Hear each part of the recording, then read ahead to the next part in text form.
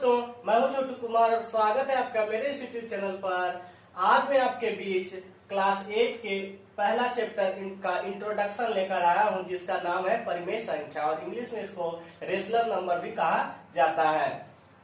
तो इसमें हम आपको आज परिमेय संख्या के बारे में पूरा डिटेल से बताएंगे और उसका इंट्रोडक्शन खत्म कर देंगे, जिससे कि आगे का चैप्टर आप क्वेश्चन जो है सॉल्यूशन ढंग से कर सको। जब तक कोई चीज का इंट्रोडक्शन नहीं लिया जाता है तब तक उसको हम जान नहीं पाएंगे। तो पहले हम इस चैप्टर का आपको इंट्रोडक्शन बताएंगे, इसके बाद हम इसका क्वेश्चन भी आपको सोल्व करके दिखाएंगे अगले वीडियो में। तो इस वीडियो में बने रहें और वीडियो को अंत तक देखें, जिससे कि आप परिमेय संख्या के बारे में पूरी तरीके से जान सको कि परिमेय संख्या क्या होता है और यह कैसे बनता है।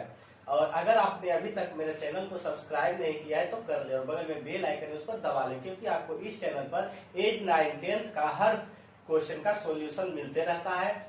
और अगर आपको यह वीडियो अच्छी लगी तो लाइक जरूर कर दे। तो चलिए अब हम आपको बताते हैं परिमेय संख्या के बारे में कि परिमेय संख्या किसे कहते हैं और क्या होता है। परिमेय संख्या के बारे में बताने से पहले हम उसके पहले 2-3 ऐसे परिभाषाओं के बारे में बताएंगे जो कि परिमेय संख्या में यूज होता है। तो चलिए पहले हम आपको बताते हैं प्राकृतिक संख्या के बारे में, उसके बाद हम आपको बताएंगे उसके आगे कि परिमेय संख्या किसे कहते हैं। जब आप प्राकृतिक संख्या के बारे में समझ जाएगा तभी आप परिमेय संख्या के पास जा पाइएगा। तो चलिए सबसे पहले हम आपको बताते हैं कि प्राकृत या प्राकृतिक संख्या, इसको कहा जाता है प्रकृति या प्राकृतिक संख्या, और इंग्लिश में अगर बात करें तो नेचुरल नंबर कहा जाता है। तो चलिए हम पहले प्राकृतिक संख्या के बारे में आपको बताते हैं। इसका परिभाषा होता है कि गिनती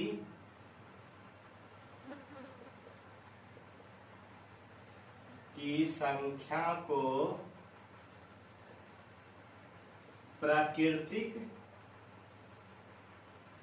संख्या कहते हैं। प्राकृतिक संख्या, गिनती की संख्या को प्राकृतिक संख्या कहते हैं। गिनती की संख्या तो आपको पता ही होगा, जैसे गिनती शुरू कहां से होता है भाई, तो 1 से, तो 1, 2, 3, 4, 5, 6 डॉट डॉट डॉट। ये डॉट डॉट का मतलब क्या हुआ कि आगे बढ़ते जा रहा है। गिनती का जो है कोई अंत नहीं है, गिनती जो है अनंत है। गिनती क्या है? अनंत। अनंत किसे कहा जाता है? तो जिसका कि अंत ना हो उसे अनंत कहा जाता है। तो गिनती की संख्या का अंत नहीं होता और गिनती हमेशा 1 से शुरू होता है। तो गिनती की संख्या को ही कहा जाता है प्राकृतिक संख्या। गिनती की संख्या को क्या कहा जाता है भाई? प्राकृतिक संख्या कहा जाता है। इसको आप ध्यान से समझ लीजिए कि गिनती की जो भी संख्या होती है 1, 2, 3, 4, 5, 6, 7, 8, 9, 10, 11, 12, ये सब क्या होता है? गिनती की संख्या होता है और इसे ही प्राकृतिक संख्या कहा जाता है। इसके बाद आता है आपका दूसरा, जिसे पूर्ण संख्या कहा जाता है। पूर्ण संख्या। पूर्ण संख्या क्या होता है? तो यदि इसका हम परिभाषा लिख के पहले आपको दिखाते हैं, फिर इसको समझा देंगे। तो कहता है कि यदि प्राकृतिक संख्या में शून्य को शामिल कर दिया जाए तो पूर्ण संख्या बन जाता है। यदि प्राकृतिक संख्या में शून्य को शामिल कर दिया जाए तो क्या बन जाएगा? पूर्ण संख्या। इसका मतलब क्या हुआ भाई? तो देखिए, कह रहा है यदि प्राकृतिक संख्या में शून्य को बोल रहा है मिलाने के लिए। तो प्राकृतिक संख्या में भी आपको बताएं क्या होता है? 1, 2, 3। गिनती की संख्या को क्या कहा जाता है? प्राकृतिक संख्या कहा जाता है। तो हम पहले गिनती की संख्या लिख लेते हैं, मतलब प्राकृतिक संख्या को लिख लिए कि ये क्या है आपका, ये आपका प्राकृतिक संख्या है। अब कह रहा है कि इसमें शून्य को शामिल कर दिया जाए, मतलब कि शून्य को अगर हम इसमें मिला देंगे तो हो जाएगा पूर्ण संख्या। तो शून्य को अगर मिलाने का बात आया तो हम शून्य कहां पर रखें जिससे कि ये मिल जाए और कोई दिक्कत भी ना हो। अगर हम मान लिया जाए यहाँ रखते हैं तो यहाँ हम नहीं रख सकते। क्यों नहीं रख सकते हैं? तो हमको इसका अंत ही पता नहीं है। ये जो है अनंत है, ये क्या है? अनंत है। गिनती की संख्या अभी बताया हम आपको क्या होता है? अनंत होता है। ये अनंत है। जब ये अनंत होगा, जब इसका हमको अंत ही पता नहीं होगा, तो हम अपना मन से इसको कहीं पर भी रख नहीं सकते हैं। और अगर बात है कि हम एक के बाद दो के पहले रखते हैं, तो ये जो बोलेगा कि भाई एक यहाँ पर क्यों नहीं रखे, ये इससे लड़ाई कर लेगा कि अगर उसके आगे रखा गया तो मेरे आगे क्यों नहीं रखा गया। इसलिए ना ही हम ये सब के बीच में रख सकते हैं और ना ही अंत में, क्योंकि अंत हमको पता ही नहीं है। इसलिए बस एक ही ऑप्शन बच रहा है जीरो को शामिल करने का, आगे में, क्योंकि आगे का अंत हमको पता है, क्योंकि गिनती का संख्या जो होता है एक से शुरू होता है। गिनती जो होता है एक से शुरू होता है, इसलिए क्या है? आगे में हम इसको शामिल कर दिए गए, शामिल कर दिए, तो ये क्या हो गया? जीरो हो गया शामिल। तो ये आपका बन गया पूर्ण संख्या। गिनती की संख्या को प्राकृतिक संख्या कहते हैं। और यदि गिनती की संख्या में ही शून्य को शामिल कर देंगे, शामिल मतलब होता है मिलाना, मिला देंगे तो क्या हो जाएगा? पूर्ण संख्या होगा। इस तरह हम आपको प्राकृतिक संख्या, पूर्ण संख्या के बारे में बता चुके हैं। अब इसके बाद हम आपको बताते हैं पूर्णांक के बारे में। अगर पूर्णांक आप समझ जाइएगा तब हम गारंटी देते हैं 100% कि आप परिमेय संख्या के बारे में भी समझ जाइएगा। इसलिए आपसे उम्मीद है, रिक्वेस्ट है कि आप पहले पूर्णांक को ढंग से समझने का प्रयास करें। अगर आप पूर्णांक समझ जाइएगा तब आप परिमेय संख्या के बारे में भी समझ जाइएगा। तो चलिए अब हम आपको शुरू बताते हैं पूर्णांक के बारे में, इसको मिटा। तो आइए अब हम आपको बताते हैं कि पूर्णांक किसे कहते हैं। अगर आप पूर्णांक समझ जाइएगा तो आप परिमेय भी समझ जाइएगा, इसलिए पूर्णांक को समझने में थोड़ा ज्यादा ध्यान दें। तो चलिए अब हम आपको बताते हैं पूर्णांक। पूर्णांक कहते हैं कि यदि प्राकृत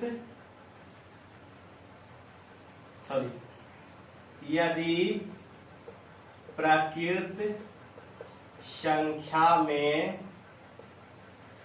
धनात्मक, ऋणात्मक तथा शून्य को मिलाने से जो समुच्चय बनता है उसे पूर्णांक कहते हैं। यदि प्रकृत संख्या में धनात्मक, ऋणात्मक तथा शून्य को मिलाने से जो समुच्चय बनता है उसे पूर्णांक कहते हैं। अब हम इसको पहले आपको जैसे लिख देते हैं जिससे कि आप समझ जाइएगा। कराए पहले कि क्या कहा कि प्राकृतिक संख्या, प्राकृतिक संख्या में धनात्मक, ऋणात्मक। पहले हम ये लाइन आपको समझा देते हैं इतना कि प्राकृतिक संख्या, प्राकृतिक संख्या किसे कहते हैं? तो गिनती की संख्या। गिनती की संख्या क्या होता है? तो 1 2 3 4 5 6 dot dot dot. Dot dot का मतलब तो आप जानते ही हैं, हम अभी भी बताए हैं इसको कि डॉट डॉट का मतलब होता है कि ये आगे बढ़ते जा रहा है। 6 के बाद 7, 7 के बाद 8, 8 के बाद 9, 9 के बाद 10, इस प्रकार यह बढ़ते जाएगा। और कहाँ इसका अंत होगा ये किसी को पता नहीं है। गिनती का जो होता है अंत नहीं है, इसलिए इसको हम डॉट डॉट करके लिखे, मतलब कि यह आगे बढ़ता जाएगा। अब हम कितना लिखेंगे? अगर हम इसको लिखते रहेंगे तो पूरा बोर्ड इसी से भर जाएगा, तो दिक्कत हो जाएगा। फिर हिसाब बनाएगा दूसरा बोर्ड लाके, इसी पर न बनाना है, इसको देख के चलना है। तो इसको हम डॉट डॉट दे दिए जिससे कि लगे कि ये क्या है, आगे बढ़ता जा रहा है। तो देखिए कह रहा है कि प्राकृतिक संख्या, प्राकृतिक संख्या आप समझ गए कि गिनती की संख्या को कहते हैं, तो हम गिनती की संख्या लिख लिए। अब बोला कि धनात्मक और ऋणात्मक। ये धनात्मक ऋणात्मक क्या है? दोनों भाई है। हाँ, धनात्मक कहा जाता है, धनात्मक बराबर होता है प्लस। धनात्मक बराबर क्या होता है भाई? प्लस होता है। और ऋणात्मक, ऋणात्मक का मतलब क्या होता है? इसका भाई माइनस, प्लस और माइनस। धनात्मक का मतलब होता है प्लस और ऋणात्मक का मतलब होता है माइनस। तो करे धनात्मक, ऋणात्मक। तो धनात्मक की सारी संख्या है, धनात्मक मतलब प्लस, तो ये क्या है? प्लस की सारी संख्या है। तो प्राकृतिक संख्या में होना चाहिए और क्या होना चाहिए? प्लस रहना चाहिए और माइनस। तो हम अभी धनात्मक का ही लिखे, मतलब कि सिर्फ प्लस की सारी संख्या लिखे हैं। कुछ संख्या हम इधर माइनस की भी लिख लेते हैं, तब ये क्या हो जाएगा? धनात्मक और ऋणात्मक दोनों शामिल हो जाएगा किसमें? प्राकृतिक संख्या में। तो चलिए हम इसको लिखते हैं। तो डॉट डॉट डॉट -6 -5 -4 -3 -2 -1, इस प्रकार क्या किए, हम लिख लिए धनात्मक की सारी संख्याएं और ऋणात्मक की सारी संख्याएं, प्लस की सारी और माइनस की सारी संख्याएं, और दोनों क्या है प्राकृतिक संख्या में। यही बात ध्यान में रखिएगा भाई कि जो भी हो धनात्मक ऋणात्मक दोनों क्या चीज में हो, प्राकृतिक संख्या में हो, गिनती की संख्या में हो, तभी यह पूर्णांक कहलाएगा, अन्यथा नहीं कहलाएगा। प्राकृतिक संख्या की सारी संख्याएं रहेगी तभी कहलाएगा पूर्णांक। तो चलिए अब हम क्या किए, धनात्मक की सारी संख्याएं और ऋणात्मक की सारी संख्याएं दोनों को हम यहाँ पर लिख लिए। तो दो चीज शामिल तो हो गया, एक चीज और शामिल करने बोला है, शून्य को शामिल करने बोला है। तो शून्य जो है इसके पहले भी हम आपको शामिल करके दिखाए थे, लेकिन उसमें सिर्फ क्या था, धनात्मक की सारी संख्या है। लेकिन इसमें क्या है, ऋणात्मक और धनात्मक दोनों की संख्या है। तो दोनों में शामिल करना थोड़ा हार्ड है, लेकिन हार्ड आपके लिए क्योंकि आप पहला बार कर रहे हैं, मेरे लिए हार्ड नहीं है क्योंकि हम इसको हर बार करते हैं। तो चलिए आप एक बार देख लीजिएगा, फिर आपके लिए भी हार्ड नहीं होगा। कोई भी चीज पहले बार ही हार्ड लगता है, उसके बाद तो फिर उसमें मन लगने लगता है। तो चलिए इसको हम करके दिखाते हैं। देखिए कह रहा है शून्य को शामिल करना है। अब बात आया कि शून्य को शामिल कहाँ पर करें, यहाँ पर करें कि यहाँ पर करें। यहाँ पर करेंगे तो बोलेगा कि मेरे पीछे काहे नहीं लिखा, अगर यहाँ पर करेंगे तो ये गुस्सा जाएगा कि मेरे पीछे तुम काहे नहीं लिखा। तो क्या करते हैं, देखिए दोनों का मतलब कि मान रखेंगे ना भाई। अब ये भी मेरे लिए बराबर है, ये भी मेरे लिए बराबर है। जैसे मेरे लिए सब स्टूडेंट बराबर होता है, वैसे लिए ये भी दोनों बराबर है। तो हम क्या करते हैं, इसके भी आगे रखते हैं, इसके भी आगे, जिससे कि ये भी खुश और ये भी खुश। देखिए और एक रीजन और है, लड़ाई तो अलग बात हो गया, मेन रीजन जो इसका है कि इसका हमको अंत ही पता नहीं है, ना ही हमको इसका अंत पता है ना ही इसका अंत। तो हम ऐसे ही अपने मन से कहाँ पर रख देंगे। इसका अंत आपको पता है कि ये कहाँ रुकेगा, गिनती का अंत जो है अनंत है। गिनती क्या है, अभी हम आपको बताए थे डिटेल में कि गिनती जो होता है अनंत होता है, उसका अंत ही नहीं है। जब कोई चीज का अंत ही नहीं पता हमको है तो फिर हम उसको कैसे रख देंगे वहां पर। अब ये 6 के बाद आप बोले कि 6 रुका हुआ है, इसके बाद कुछ नहीं ध्यान रख, लेकिन ये डॉट डॉट का मतलब तो बताए हैं कि जो है आगे बढ़ता जा रहा है। तो आप समझ रहे हैं ये जो है गिनती की संख्या का अंत नहीं है, तो ना ही इसका अंत हमको पता है ना ही इसका अंत हमको पता है, ना ही इसके पीछे रख सकते हैं ना ही इसके पीछे। तो रखे कहा इस, तो हमको अंत क्या पता है, तो देखिए शुरू का अंत हमको पता है कि शुरू कहां से हो रहा है, तो 1 से। ये भी शुरू कहां से हो रहा है, तो 1 से। ये प्लस में और ये माइनस में। तो हम ये दोनों के आगे जब शामिल कर देंगे तो देखिए इसके भी आगे है, ये भी नहीं कुछ बोलेगा, इसके भी आगे ये भी कुछ नहीं बोलेगा। दोनों क्या है, खुश है। ठीक है, तो अब आई समझ में बात। तो अब क्या किया गया, इसमें जो बोला हम वो कर दिए। तो बोला कि मिलाने से जो समुच्चय मतलब जो समूह जो ग्रुप बन गया वही क्या कहला गया, आपका पूर्णांक कहला गया। तो देखिए कह रहा है यदि प्राकृतिक संख्या में मतलब यदि प्राकृतिक संख्या मतलब होता है गिनती की संख्या, तो गिनती की संख्या में अब कह रहा है धनात्मक मतलब कि जितने भी सारी धनात्मक की सारी संख्या है, मतलब कि प्लस की सारी संख्या है, और माइनस की सारी संख्या है, जितनी भी माइनस की सारी संख्या, दोनों में शून्य अगर मिला दिए तो वो क्या बन गया बाबू, बन गया पूर्णांक। इस प्रकार हम पूर्णांक आपको समझा दिए कि आशा आपको पूर्णांक समझ में आ गया है। अब हम इसके बाद मेन टॉपिक जो है चैप्टर का जो नाम है परिमेय संख्या, हैवी ड्राइवर है ये। तो क्या करते हैं, अब हम इसको आपको बताते हैं, तो इस पर आप थोड़ा ज्यादा ध्यान दीजिएगा क्योंकि इसी से ही चैप्टर का बना है। तो चैप्टर जो बना है तब इसको तो थोड़ा ध्यान से पढ़ना ही पड़ेगा, तो इसको थोड़ा ध्यान से ही पढ़िएगा। तो चलिए इसको हम अब हम आपको सबसे मेन टॉपिक जो कि सबसे पहले पढ़ाने वाले थे, लेकिन उससे पहले हम कुछ ऐसे परिभाषा बताए हैं जो कि इसी में यूज हुआ है, इसलिए उसको जानना पहले जरूरी था, इसलिए यह और उसके बाद ही परिमेय संख्या को जानते हैं, इसलिए हम पहले उस सबको बता दिए। अब हम आपको बता देते हैं कि परिमेय संख्या क्या है और परिमेय संख्या किसे कहते हैं। अगर आप यह समझ जाइएगा तब आपको पहला चैप्टर जो है 8 एक्सरसाइज 1.1 का सॉल्यूशन हो जाएगा क्लास 8 का। तो चलिए अब हम आपको इसको बताते हैं। परिमेय संख्या बराबर पहले तो समझ लीजिए कि होता है P बटा Q। परिमेय संख्या बराबर होता है P बटा Q, जहां P तथा Q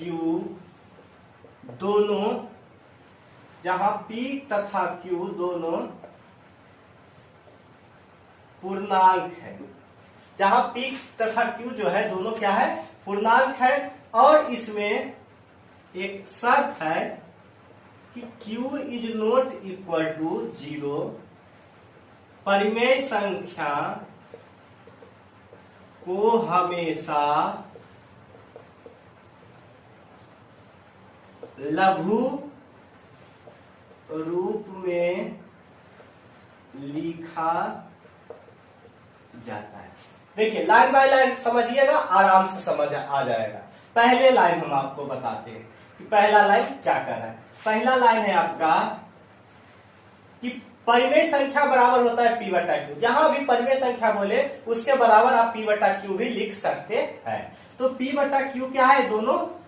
अब कह रहा है कि P तथा Q दोनों क्या है, पूर्णांक है। पूर्णांक का मतलब अभी समझाया कि उसमें क्या क्या आता है भाई, तो धनात्मक की सारी संख्या और ऋणात्मक की सारी संख्या और शून्य, और सब क्या होना चाहिए, प्रकृत संख्या में होना चाहिए।